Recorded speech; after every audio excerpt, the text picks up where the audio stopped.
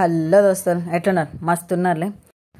నా రెసిపీ చేపల పులుసు నేను చెప్తాను. సో మంచిగా ట్రై చేసి మీరు ఎక్స్పీరియన్స్ అయితే పొందండి. ఫస్ట్ ఏం చేయాలంటే కొన్ని మెంతులు తీసుకోవాలి. ఒక 10 తీసుకుంటే సరిపోతుంది.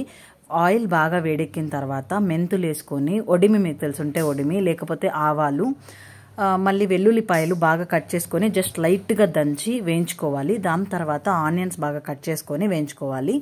ఇక్కడ చేపల పులుసులో మనం మెయిన్గా ఫాలో అవ్వాల్సింది ఏంటంటే చింతపండు పులుసు అండ్ అంతేకాకుండా టమోటా అనేది మంచిగా వేగాలి. అండ్ ఎక్కువ క్వాంటిటీ తీసుకోకూడదు టమోటా, ఇది కూడా మెయిన్గా గుర్తుపెట్టుకోండి. సో ఆనియన్ బాగా వేగిన తర్వాత మనం టమోటాను వేసి బాగా వాడ్చుకోవాలి తట్టమూసి. ఈలోపు మనం ఏం చేస్తామంటే చింతపండు నిమ్మకాయ సైజులో, అంటే మీరు 1 కిలో చేపలు చేసుకునేటట్టయితే ఒక నిమ్మకాయ సైజు చింతపండు తీసుకుంటే సరిపోతుంది.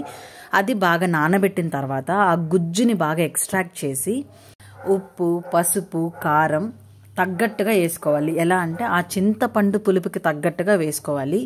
ఆ చింతపండు పులుపు టేస్ట్ బాగా చూసి దానికి తగ్గట్టుగా అన్ని సరిపోయిందో చూసుకొని దాని తర్వాత ఇవి బాగా వేగిపోయిన తర్వాత టమోటో, ఆనియన్ ఇవి దీంట్లో ఆ పులుసు అనేది పోసుకోవాలి.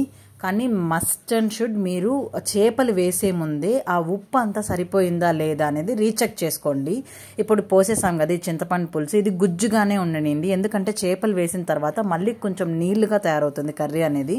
సో మీరు ఎక్కువ నీళ్లు చింతపండు గుజ్జులో పోయకూడదు.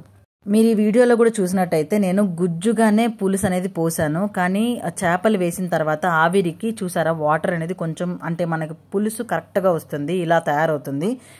చేపలు వేసే ముందు ఆ చింతపండు పులుసు అనేది బాగా ఉడకాలి, బబుల్స్ రావాలి. దాని తర్వాతనే చేపలు వేసి కరెక్ట్గా 10 మినిట్స్ ఉన్నిచ్చి తట్ట ముయ్యండి. కరెక్ట్గా అంటే ప్లేట్ ముయ్యండి. కరెక్ట్గా 10 మినిట్స్ నుంచి దించేసేయండి. చేపల పులుసు రెడీ అయిపోతుంది. ఇంకో చిట్కా ఏంటంటే నెక్స్ట్ డేకి తినారంటే చాలా బాగుంటుంది టేస్ట్ అనేది. సో ట్రై చేయండి. Tata, bye bye.